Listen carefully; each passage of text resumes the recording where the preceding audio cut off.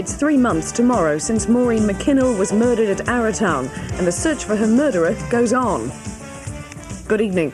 On Boxing Day, 3 months ago, Maureen Mckinnel was murdered at her Arrowtown home.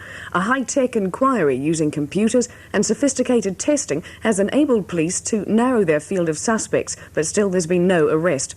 Tonight, Jim Mora returns to Arrowtown to find out where the investigation goes from here. In terms of personnel, the Mckinnel murder inquiry is winding down. It's currently based at an Arrowtown motel, but shortly will shift to Queenstown, with a staff of only 4 working full-time. That doesn't mean the police are giving up. The inquiry has now become what you might call high-tech. All the facts so far known have been logged into computers and cross-referenced. One item which may provide the police with valuable evidence has been sent for testing to Adelaide. It's probably an item of clothing or floor covering, and 5,000 samples from it, including hair particles, will be subjected to minute scrutiny. Reports of prowlers in Arrowtown have been carefully logged. Police have even been out at night in the hope of catching one, but they don't believe one of those prowlers killed the dead woman. There are 3 suspects left. Police are confident the killer of Maureen Mckinnel in her Ritchie Street home is one of these 3 men.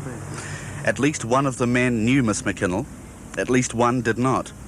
2 are locals, 1 is in Wellington. Since the murder, Arrowtown now has a community policeman, Constable Gavin Jensen. He's based in Queenstown but spends a good deal of his time on the streets here. There was a lot of tension in Arrowtown at the time of the murder. Not so much now, says the mayor.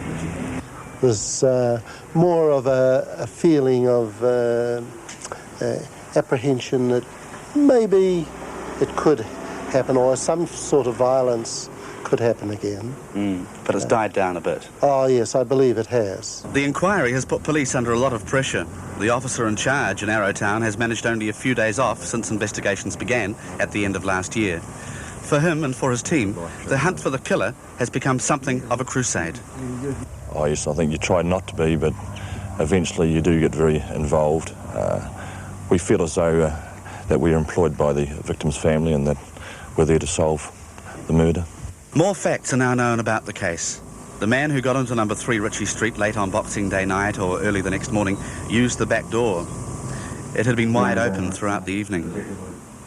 After the killing, it's thought he drove the victim's Honda Civic around the back of the house to load the dead woman into the car and then headed out of town towards the Arrow River. He stopped at the bridge to unload the body. It was a dark night. The murderer must have been in a desperate hurry. He was well out across the bridge, threw the body over. He could hear the sound of water underneath him, but the river was not underneath him. He was 10 metres away from it. The Arrow is a very narrow river just through here. And in the end, that could prove to be the undoing of the murderer of Maureen Mckinnel. If the body had landed in the water, it may have been swept far enough downstream to make the police's job more difficult. The bridge isn't an isolated spot. It's a recreation area of sorts, and there are a number of houses nearby. Amazingly, during the 4 days the body lay beneath the bridge, people looked right down at the spot where it was, but long grass must have kept it concealed. Police believe the killer tried to clean up any traces of his presence from the house and the car. Time will tell whether he succeeded fully. In other respects, he's been very lucky, with no one certain they saw or heard anything that night, which could help police clinch the case. The inquiry team is still confident the man will be brought to justice. It seems everyone you meet in the Lake District has a theory on who killed Maureen Mckinnel and why. The local paper has fueled the speculation. The police don't give credence to any of the many rumours about the case. Yes, we've heard that a large number of rumours, but no truth in them whatsoever. They're all rubbish? Yes. She was a person killed in her own home, and we don't feel in any way that she's contributed to her own death. I knew Maureen for about 9 months, and as an employee she was a very charming and gracious person. Since her death I've had a number of calls from other retailers, from other manufacturers that worked with her, and they've all been shocked and have all said the same thing, that she came across to them as a charming and a gentle person. She had a lot of following amongst the customers here in the store, and her gentleness and charm was probably the thing. She was also extremely conscientious. In the light of that, how do you feel about some of the wild rumours that have circulated around the town about her death, after her death? Well, rumours will abound, I think, when anything like this happens. I tend to ignore them perhaps. Anyone who knew Maureen will certainly just rubbish them and know that they're not true. But some people will always listen to rumours because often rumours are more exciting than reality. And so the Mckinnel inquiry goes on. It could continue for many months yet. Jim Moore in Arrowtown. And in other stories tonight, an expo with women's interests at heart. The pressure's on for those who sell cigarettes. And an all-white hero is brought back home. First, though, the 3 o'clock temperatures and a chance to admire these lovely flower beds at Dunedin's First Church. And at 3 o'clock, Halfmoon Bay was cloudy with 12 degrees. Invercargill, recent rain and 13. Gore, cloudy and 17. Balclutha, overcast 16. Dunedin, cloudy and 16. Palmerston, sunny 17. Oamaru, overcast and 14. Coorau, cloudy and 19. Ranfurly, overcast and 16. Queenstown, cloudy 15. Alexandra, cloudy but 19. And Taona, overcast and 16. And the expected highs for tomorrow are Dunedin 15 and Invercargill 14 degrees. The Airways Corporation's told the Dunedin Airport Authority it will take over the running of the rescue fire service at Dunedin Airport on the 1st of April. The 8 Crash Fire staff members have been given an assurance by the corporation that 3 jobs will be retained. An expo covering topics from domestic violence to frivolous fashion has opened at the Dunedin Centre. The 50 stalls are of particular interest to women, but that didn't stop Michael Lynch going along to have a look. $5.50 will buy you a whole host of cheeses to nibble, wine to sip, and considerably more. The Dunedin Centre, the city's refurbished concert chamber, is host to what's been labelled a Women's Expo. But although the show is being run pretty much by women, there really is something to interest the whole family, including continuous seminars on everything from unit trusts to self-defence. An AIDS Foundation stall makes no bones about its message. There are computers to play with, advice on meditation, displays that are unashamedly commercial, and others that are appeals much more from the heart. There have been other shows like it held around the country, except they don't come to Dunedin. So we thought we'll do a show in Dunedin for it. Is it working out all right? Yeah, it's working out really good. It's been a lot of work to get it together, but the people, the exhibitors have really done well, very enthusiastic, and put together some really great stands. We've had good response. We've got seminars going throughout the entire weekend, which is really pleasing. The organisers are financial consultants, and it does cost money to get in. But there's tea and more on tap, and sympathy aplenty if all you want to do is get away from it all. From next month, it will be illegal for shops to sell cigarettes to anyone under the age of 16. The move's been greeted with enthusiasm by anti-smoking groups who hope it'll help stop young smokers graduating from the odd cigarette to a daily habit. But as Mark Price found out, tobacconists are not so happy with the new law. Tobacconists, dairies and supermarkets run the risk of prosecution from next month if they sell cigarettes to children under 16. It's a prospect that they're not looking forward to, and those we spoke to thought it wouldn't work. I think probably the more you say a person that can't smoke, they will. I think they'll probably try harder and harder. I think it's actually going to prevent children from smoking. No. The anti-smoking group ASH says the new legislation's a step forward, but high prices are a more effective way of deterring children from smoking. No one we spoke to today was sure how the new law would be enforced. Who, for instance, will keep an eye on vending machines. It seems likely that enforcement will rely on complaints from the public. There's been similar legislation in the past, and to some extent the rules provided a challenge to young smokers. I first started smoking about 14 or 15, and I think there was a law which probably wasn't enforced strictly, but they used to ask you how old you were, that sort of thing. You never had any trouble getting cigarettes? Nope. Do you think this new law will have any effect? If it's enforced, I think it'll be a headache, because how are we to tell how old a person is? You think it'll prevent children from getting cigarettes? No, they'll get their older brother to get it for them.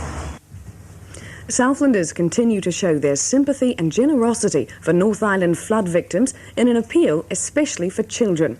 The youngsters who lost their favourite toys in Cyclone Bowler will be pleased to know that new ones will be winging their way north from Invercargill in the next day or two.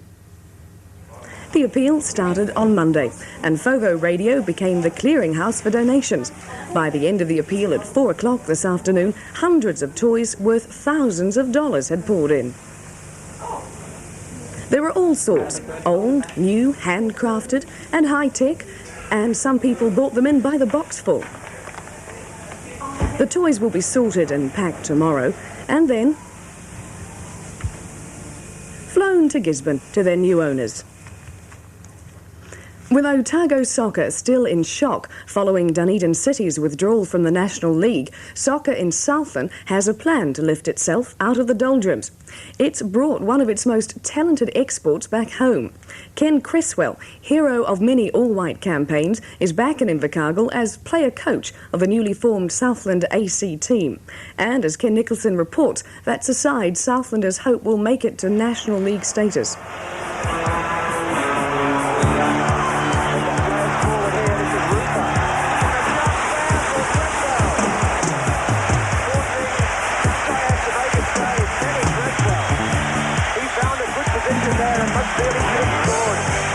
It all started here at James Hargest High School, when a youngster with the trendy long hair of the 70s began making a name for himself at soccer. In fact, young Kenny Dresswell was always something exceptional when it came to the game of football. His years in the Hargest First 11 were full of incident, or more correctly, full of goals. In his first year with the team, he netted no less than 51 times. In 1974, James Hargest beat Gore High 8-0 in an inter-school game. Young Dresswell scored 7 of them. He made the South Island under-18 team, which beat the North Island that year 5-0. Kenny Dresswell hit the North net 4 times. So he was always going to make it to the top, moving north to Nelson and then Gisborne City. Dresswell was picked for the All Whites first in 1978. He finished last year. His 8 years in the national team climaxed, of course, with those 3 World Cup games in Spain. Dresswell holding on well. Here's Woodin. As quick as you can. Quick as you can. Now he's back in Invercargill as player-coach of the newly formed Southland AC, a team picked from the cream of Southland clubs in an attempt to win its way back into National League.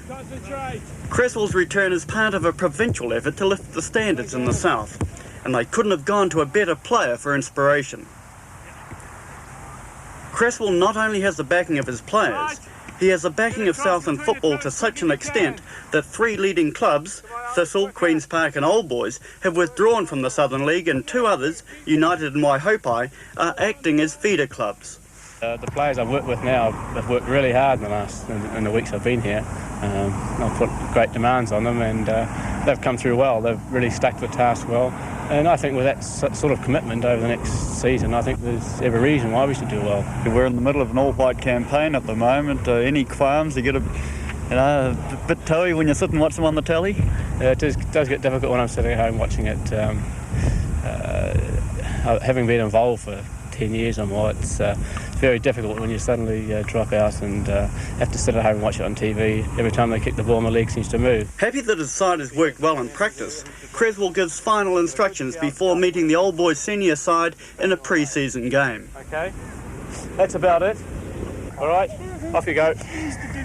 As the game progresses, it's obvious that the combination of Dresswell's experience and AC's ability is too much for Old Boys, but that's the way they want it. 6 goals are scored as Southland welcomes its most talented footballing son back into its ranks. In return, Dresswell shows some of the magic that has taken him from James Hargest High School to the World Cup and home again.